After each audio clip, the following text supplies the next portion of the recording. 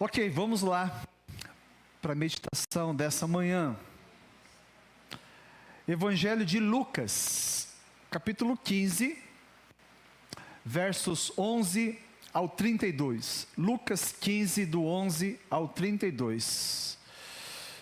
Eu vou fazer a leitura na nova versão transformadora, NVT. Diz a palavra de Deus. Jesus continuou: o homem tinha 2 filhos. O filho mais jovem disse ao pai: quero a minha parte da herança. E o pai dividiu seus bens entre os filhos. Alguns dias depois, o filho mais jovem arrumou suas coisas e se mudou para uma terra distante, onde desperdiçou tudo que tinha por viver de forma desregrada. Quando seu dinheiro acabou, uma grande fome se espalhou pela terra e ele começou a passar necessidade. Convenceu um fazendeiro da região a empregá-lo, e esse homem o mandou a seus campos para cuidar dos porcos.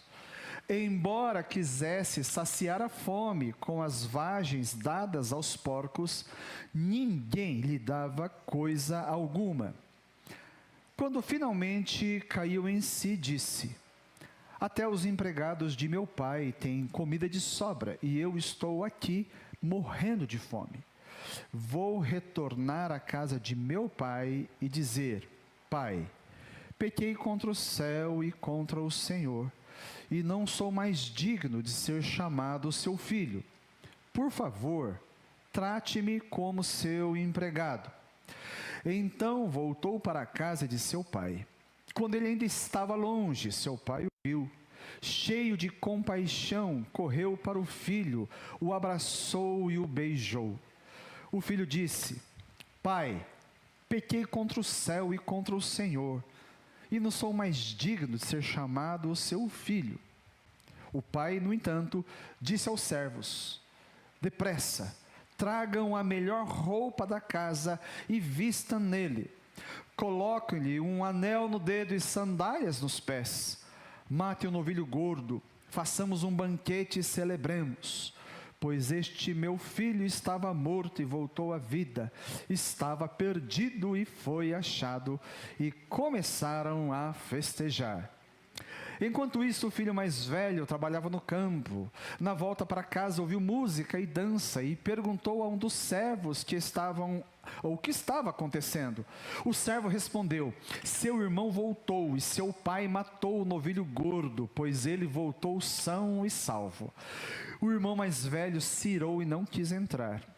O pai saiu e insistiu com o filho, mas ele respondeu: todos esses anos tenho trabalhado como um escravo para o Senhor e nunca me recusei a obedecer às suas ordens. E o Senhor nunca me deu nem mesmo um cabrito para eu festejar com meus amigos.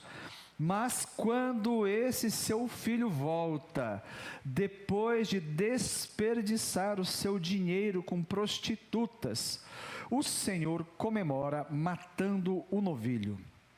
O pai lhe respondeu: meu filho, você está sempre comigo e tudo o que eu tenho é seu.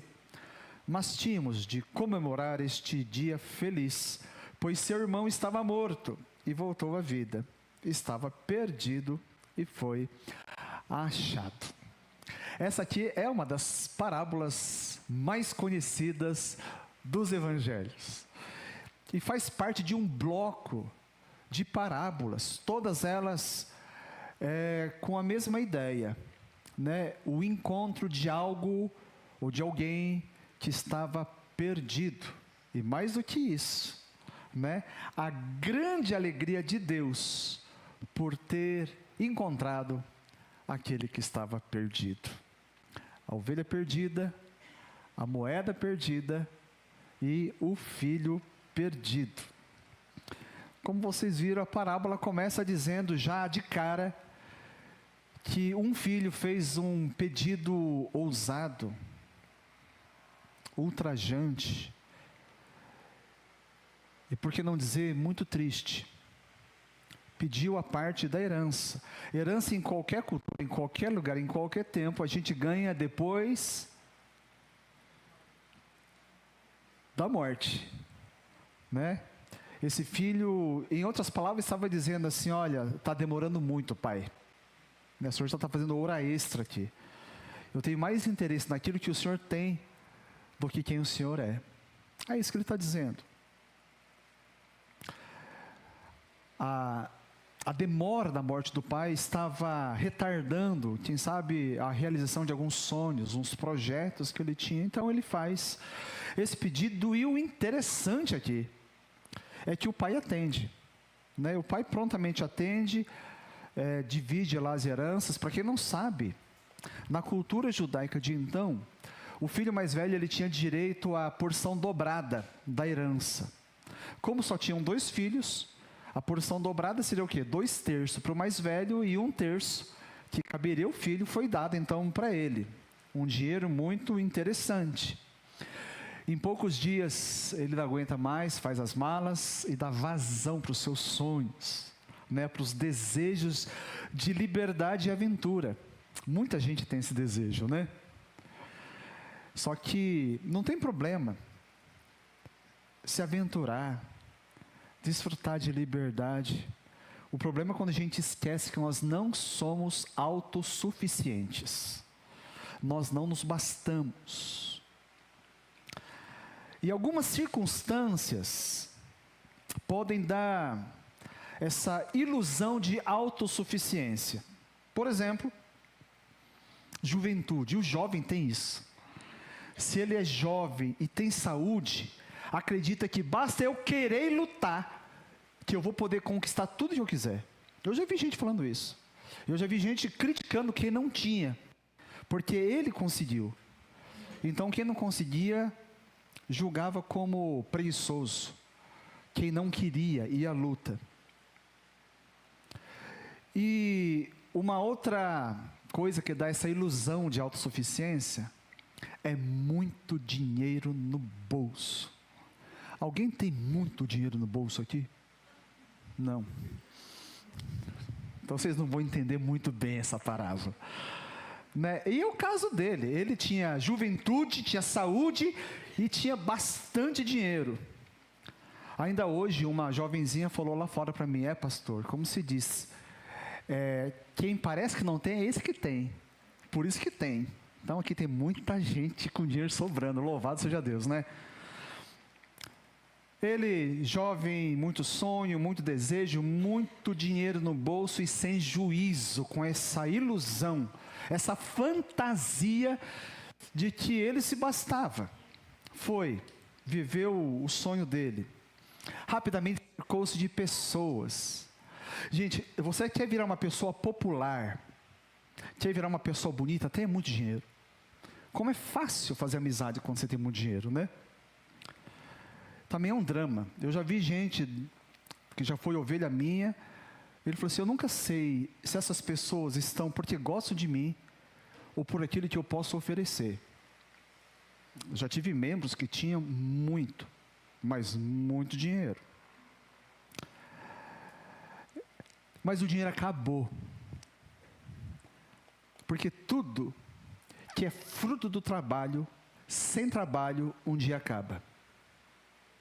Porque tudo que é fruto da bênção, sem o abençoador, não se sustenta.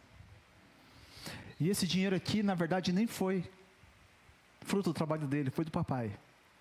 Aqueles playboyzinhos que se exibem por aí, achando que é motivo de orgulho, sendo que aquilo é motivo de vergonha, né? Ostentar aquilo que não foi fruto do seu labor. Não que seja errado, né? Mas quando a gente é abençoado por pais que podem nos abençoar, temos que ser grato, reconhecer isso que é bênção de Deus, né? Abaixar a bola e ser humilde, e ser um canal da bênção de Deus na vida de outros. Então logo esse jovem se viu no fundo do poço. Quando o dinheiro acabou, olha só que coincidência, os amigos também acabaram. Perdeu tudo. Ele descobriu que não era autossuficiente. Porque de fato ninguém é. Todos nós dependemos de outros. Todos nós. E sobretudo, todos nós dependemos de Deus. A fome aperta, ele foi fazer algo que ele nunca tinha feito até então. Ele foi buscar trabalho. Mas vocês sabem, né? Qual a qualificação de um playboy que nunca trabalhou? Ele quer arrumar emprego de gerente e ele não consegue ser um office boy, né? Ele vai ter que aprender a fazer pacote. E então ele pediu favor para um estranho.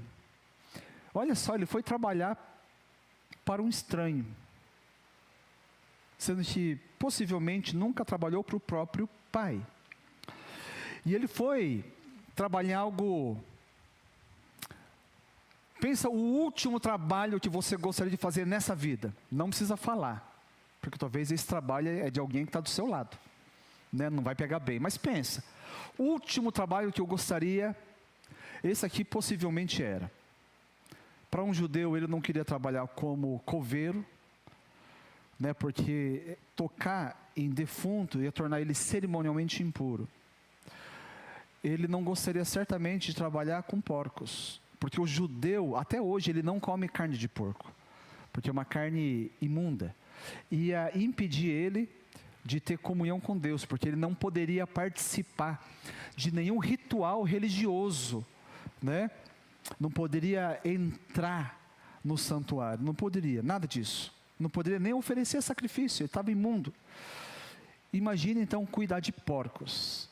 Era a coisa mais vexatória para um jovem, ainda mais como esse, que nasceu em berço de ouro. Curiosamente, foi no fundo do poço que ele caiu em si. Porque tem gente que precisa comer ração para acordar, para a vida. Quando ele estava no final, no fundo do poço, então a palavra de Deus diz que ele caiu em si. E ali com os animais, de repente ele se vê invejando porcos, desejando comer a comida dos porcos.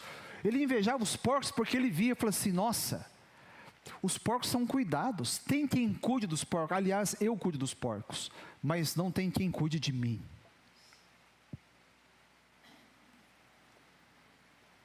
Não tinha ninguém por ele. Aqui nesse ponto se dá o começo da volta, o ponto de virada desse jovem. Apocalipse capítulo 2, versículo 5. Jesus falando à igreja diz o quê? Lembre-se de onde caiu. Lembre-se de onde caiu. Arrependa-se e pratique as obras que praticava no princípio. Se não se arrepender, virei a você e tirarei o seu candelabro do seu lugar. Lembre-se de onde caiu. É a partir de lá, você tem que voltar lá, para de lá retomar o que antes você fazia. E ele, primeiro ele cai em si, ele percebe a loucura que ele comete. E um jovem judeu, desejando comer comida de porcos, aonde foi que eu cheguei? Como é comum isso nos atendimentos que eu faço, nesses 27 anos como pastor. As pessoas precisam chegar no fundo do poço, perder a bênção, para só então reconhecer. E nisso ele se lembra da casa do seu pai. E ele lembra que os empregados do pai dele comiam e ainda sobrava para fazer a quentinha. Você faz isso?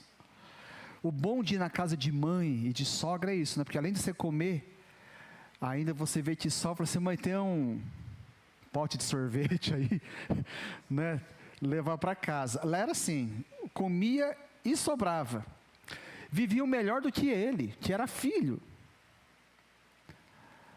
Ele pensou, para que invejar os porcos, né? Melhor eu viver como empregado do meu pai. Isso que ele concluiu. concluir, melhor ser empregado do meu pai. Temos aqui então um filho desejando ser empregado do próprio pai. Então ele começa a ensaiar o discurso. Todo arrependido ensaia um discurso, né? Você sabe o que eu estou falando, porque você ensaiou, que eu sei, né? Quantas vezes você já ensaiou para falar para o seu pai ou para a sua mãe, né? Qual o jeito que eu vou mostrar que eu estou arrependido e ao mesmo tempo suavizar o castigo que eu vou receber? É mais ou menos assim, né? Ou você marido que pisou na bola com a esposa. Não, aqui é meio difícil, porque os maridos dessa igreja não pisam na bola. Por isso que é bom ser dessa igreja. Mas o seu cunhado pisa na bola, que você sabe, né? Toda vez que ele pisa, é assim, ensaia. E ele fez isso, ele começou a rascunhar lá: pai, pequei contra o céu e contra o Senhor. Eu não sou mais digno de ser chamado seu filho. Trata-me como seu empregado. E foi fazendo, até chegar nesse formato, criou coragem, respirou e voltou. Começou a ir para casa.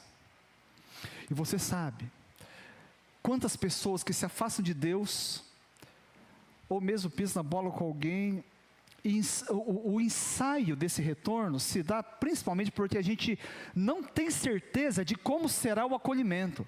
Será que vão me receber bem ou não? Eu vou ser perdoado? Eu vou lá com a cabeça baixa e ainda vai pisar em cima? Como será? A ansiedade faz parte do emocional daquele que ensaia a sua volta. Uma obra japonesa, eu não sei se foi traduzido, chama Kiroi Hankati. Kiroi Hankati conta a história de um homem. Essa certamente foi inspirada no filho pródigo. Foi um homem que cometeu um crime lá no Japão, e então ele foi preso. Ficou anos na cadeia. E é lógico, a cadeia, o fundo do poço, é um lugar muito apropriado para a gente refletir, fazer uma autoavaliação. E um dos resultados disso tudo aí, desse exercício que ele fez, nos anos de cadeia, é que ele falou assim: eu quero voltar para casa, eu quero voltar para minha esposa. E então, quando ele estava já para ser liberto da prisão, ele escreve uma carta para sua esposa. Ele falou assim: olha, eu estou para sair, eu queria voltar para casa, queria voltar para você. Eu não sei se você vai me receber, eu não lembro as letras exatas, tá? Eu não sei se você está disposto a me receber. Então, vou fazer o seguinte: eu vou voltar de trem. Se você estiver disposta a me receber de volta, pendure um lenço amarelo do lado de fora de casa, porque o trem passava muito próximo da casa. Então ele poderia ver, certamente, ela pendurar o lenço no lugar mais visível possível. E desde que ele pega o trem até chegar à altura da sua casa, o coração dele, é lógico, né, taquicardia. 1000 coisas passavam na cabeça dele. Será que ela vai me receber? Recomeçar, voltar, gera certa ansiedade. E esse jovem filho estava pronto para isso.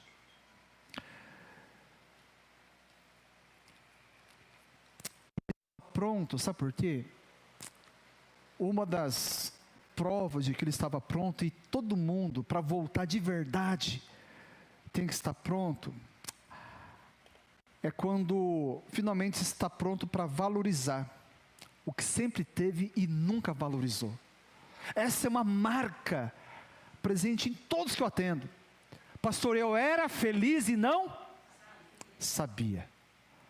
Que frase triste. Mas antes concluir do que morrer sem saber. Puxa, como eu era abençoado. Eu nunca dei valor. Um pai amoroso. Tinha uma vida abençoada. E agora ele estava pronto para trabalhar. O que ele precisava, ele descobre: eu sempre tive. não precisava procurar fora. Os maridos, quem você precisa está dentro da sua casa, dorme ao seu lado. Você não precisa procurar fora. Esposas, se o diabo tem colocado alguma semente, saiba quem você precisa. O melhor marido que você poderia ter está do seu lado. É esse com quem você casou. Flertar com outros, com outras possibilidades, isso aí, acredite, isso é uma armadilha do diabo. Não caia nessa em nome de Jesus. Não espere perder. Eu tive um casal de líderes de uma das igrejas que eu pastoreei. E essa mulher passou, por algumas razões muito pessoais dela, a desprezar o marido, a não cumprir com o seu dever de esposa, deveres básicos de esposa. E eu já não estava mais. Eu lembro que acompanhei esse casal, eles estavam até bem, mas depois os anos se passaram, eu saí de lá, um outro pastor começou a acompanhar, pastor muito de Deus, homem de oração. E aí, anos depois, que foi anos atrás, eu fui dar uma série de palestras nessa igreja, e eu encontrei esse homem, mas a esposa não estava com ele.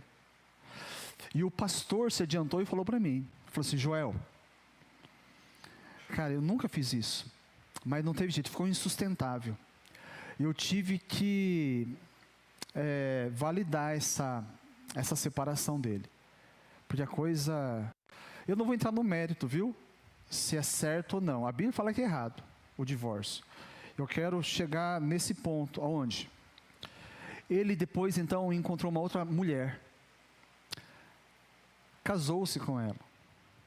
Quando ele estava para casar, já estava divorciado da anterior, a outra desperta, e ela, desesperada, quis retomar o casamento, só que já era tarde.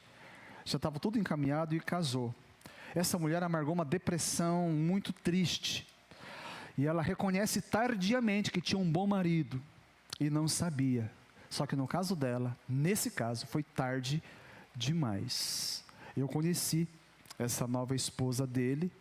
Eles estão muito bem casados, estão servindo ali, na igreja. Então esse jovem, a gente vê aqui no texto que ele elaborou um discurso, e nele podemos ver que de fato ele estava pronto. Primeiro porque ele reconhece, né, o que ele deixou, o que ele perdeu. É muito importante, porque se eu não sei o que eu perdi, para que eu vou voltar?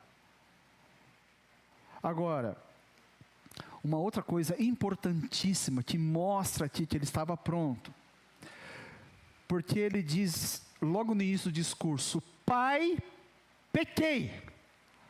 Simples. Contra ti. Contra o Senhor. Contra os céus e contra o Senhor. Contra Deus e contra... Porque todo pecado é, em primeira instância, um pecado contra as pessoas. Não, é contra Deus. É contra Deus. É uma ofensa a Deus.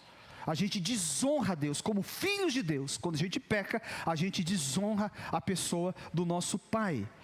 Então, ele reconhece. E esse reconhecimento dele é semelhante ao de Davi. Lembra quando Natã confronta Davi? Conta aquela historinha da ovelha. E Davi, ele pega, dá um murro lá no seu trono, fica irado e fala que esse homem tem que morrer. E Natã dá de dedo e fala assim: Davi, você é esse homem. Imediatamente Davi, o homem segundo o coração de Deus, não é aquele que nunca peca, mas quando peca, ele sabe que pecou, e ele assume completamente o seu pecado, e fala assim: pequei contra o Senhor. O quebrantamento é fundamental, é essencial para que Deus perdoe e a gente possa recomeçar e recomeçar bem. E quebrantamento tem a ver com eu assumir toda a culpa. Esse negócio de dividir. Ah, não, eu pequei porque o meu pai dava mais atenção para o irmão mais velho. Não, eu pequei porque meu pai não sentava para conversar comigo. Eu pequei e comecei a inventar desculpa, a socializar o pecado. O crente que está pronto para voltar é aquele que reconhece e abraça todo o seu pecado. É a famosa meia-culpa. Meia-culpa, no latim, não é metade da culpa. Então metade minha, metade sua, não. Meia-culpa, quando ele fala meia-culpa, minha máxima culpa, é assumir toda a culpa. A culpa é minha. Não importa se outro participou. Não importa se outro colocou uma arma na minha mão, fui eu que puxei o gatilho. A culpa é minha, a decisão é minha. Não importa, né, que se eu não fizesse isso, seria demitido. Não importa que se eu fizesse isso, se eu não fizesse isso, eu deixaria de lucrar, eu perderia a competitividade. Não importa. Eu estou pronto quando eu reconheço, eu pequei contra o Senhor. Eu pequei. E Ele faz isso. Pai, pequei contra o céu e contra o Senhor. E não apenas isso, Ele vai mais longe. Ele diz o quê? Eu não sou digno. É duro quando a pessoa perdoa e já quer, né? Imagina lá, maridão. Mais uma vez, não é o seu marido, seu cunhado, porque seu marido é santo. Mas seu cunhado chega lá, né, para sua cunhada, depois dele aprontar e fazer um monte, fala assim, bem, me perdoa. Por favor, me perdoa, estou arrependido. Vai, tá bom, te perdoa. E o feijão está pronto? Né, já volta por cima. Pensa que é o rei Salomão, né, tudo na mão. Ele pega, não, faz isso. Eu não sou digno de ser chamado seu filho. Não sou digno. Ele se coloca no lugar. O arrependido é assim. É como a oração do publicano. Lembra do fariseu e do publicano? Né? O publicano diz, o próprio Jesus, ele batia no peito, não ousava olhar para o alto, e diz, sê propício a mim, o quê? Pecador. Sê propício a mim, pecador. Eu não sou digno.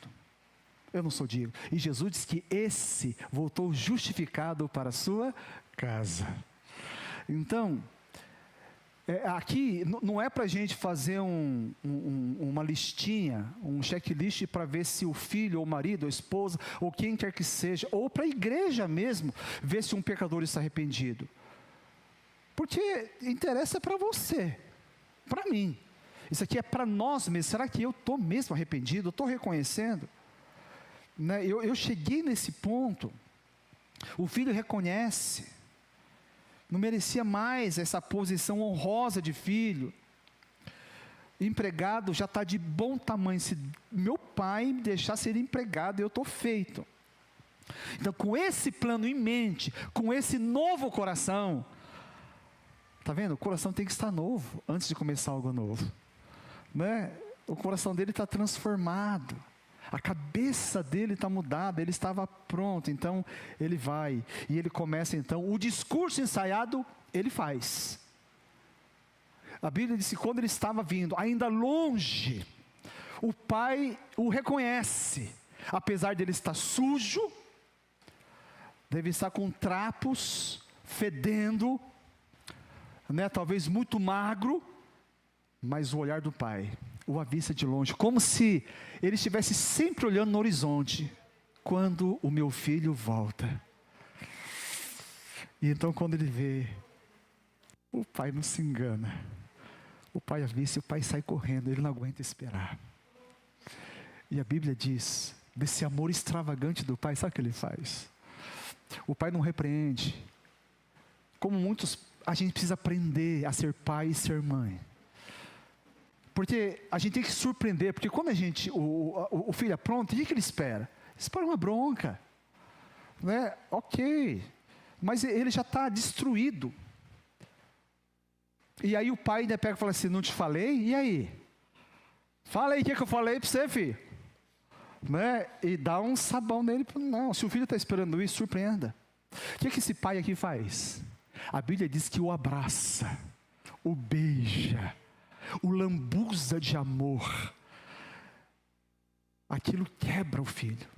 Se tem uma coisa que quebra, é o amor. Deus faz assim. E nós somos filhos de Deus, amém? Muito bem. Eu tive uma experiência assim muito doce, lá no acampamento Shalom. Há vários que estiveram trabalhando essa semana. Quando eu era muito jovem, antes de casar, eu estava lá na represa, nós temos canoas canadenses. E elas, canoas, se todo mundo for para um lado, ele vira. E aí, o chefe do campo era o pastor Mac, marido da pastora Cátia, que deu palestra aqui. Estava eu e meu quarto. Na outra canoa estava lá a pastora Tchel, que também deu palestra aqui. Né, a pastora, esposa do pastor jovem, já deu palestra aqui para as mulheres. Ela estava com o quarto dela. E aí, gente, jovem gosta de fazer gracinha. Começamos a jogar água, assim, sabe? Jogar água. As meninas ficaram assim, não querendo molhar. Foi tudo para um canto e virou. E eu era o responsável da canoa que fez virar outra. Pronto. Aí à noite tinha lá o tempo da barraca, porque naquela época a gente dormia. Dormia lá, era diferente. Era mais tarde. Aí à noite falei, pronto. Eu estava prontinho para esperar assim, pastor Mac, na época era seminarista Mac, vai dar um sabão aqui na frente de todo mundo, vai acabar com a minha moral, mas eu mereço. Eu fiquei quieto. Eu fui pronto para o abate. E me surpreendi. Ele nem tocou no assunto. Sabe quando o filho apronta e está esperando a surra da mãe e a surra não vem? Aí você fica assim quieto, falando, não, se vai dar, dá logo, né? Fica um negócio assim muito ruim. É duro aquela surra no dia seguinte, porque você sofre a noite inteira. Falei assim, amanhã vem. Eu peguei e falei assim, escuta aqui, Mac, você não falou nada. Né? Por que você não falou nada? Né? É agora que você vai falar? Eu falei assim, Joel, você já estava tão destruído, tão acabado. Para que te ia falar alguma coisa? Você já aprendeu. Né? A partir daquele dia eu comecei a gostar dele. E eu não gostava, de verdade. Né? Ele, se você vê a cara dele, não é bonita igual a minha. Mas enfim, graça.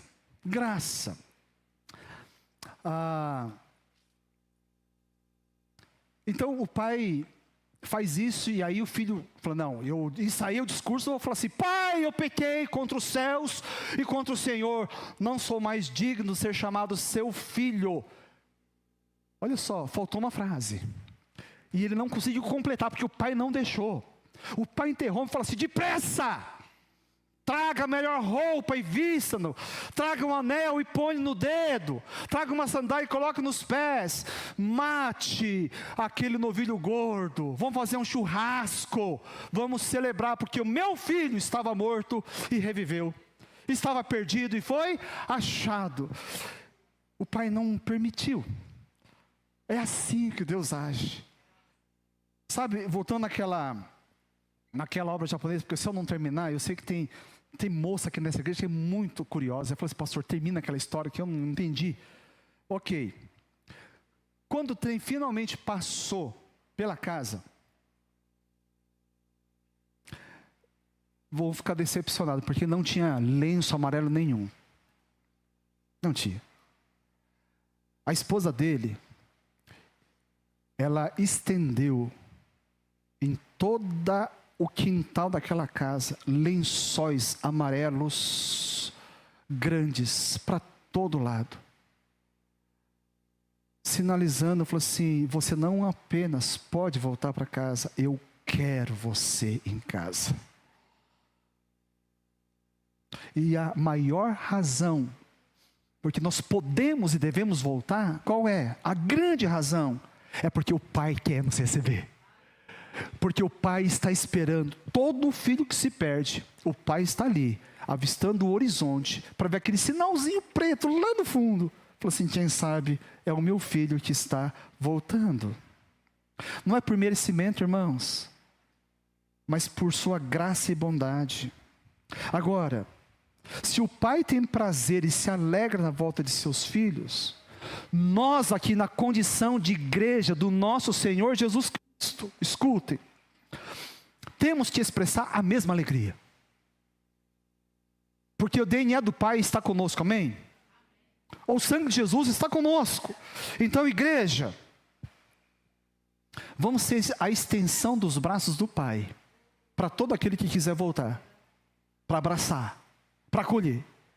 Vamos ser os lábios do Pai para beijar, para dizer: você é amado, você é bem-vindo. Está tudo certo. Está tudo certo. Todo o arrependido que voltar, vamos acolher em nome de Jesus. Porque é isso que o Pai faz. Irmãos, por que cobiçaríamos ser empregados do Pai? Ou pior ainda, a comida dos porcos. O lugar que em Cristo nos foi reservado é um só: a posição de filho. Se você está em Cristo, você é filho. Não aceite nada menos do que a posição de filho. Olha a pessoa do seu lado: você é filho, ou você é filha. Não é qualquer filho, você é filho de Deus, você é filha de Deus. E se você que está essa manhã aqui anda perdido, o que você está esperando? Volte para o Pai, em nome de Jesus. E nessa igreja, saiba, o perdido será recebido como o Pai quer que ele seja recebido. Curva sua cabeça, vamos orar.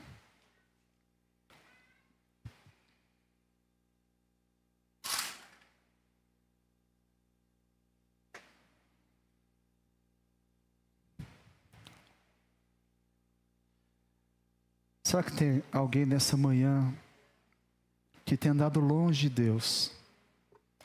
Talvez o corpo pode até estar, mas você sabe, tem andado longe de Deus. Existe uma saudade dentro de você. Saudade do Pai. Da comunhão com o Pai. De ouvir do Pai. E você entende que chegou a hora, chega. Não quero viver como empregado, não quero cuidar de porcos, eu quero meu Pai. Volte para o Pai hoje. Este é o momento, esse é o dia. Não adie, em nome de Jesus.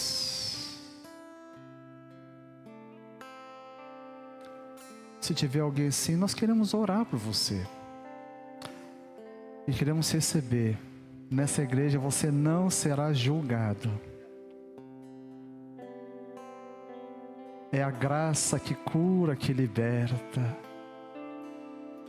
que restaura.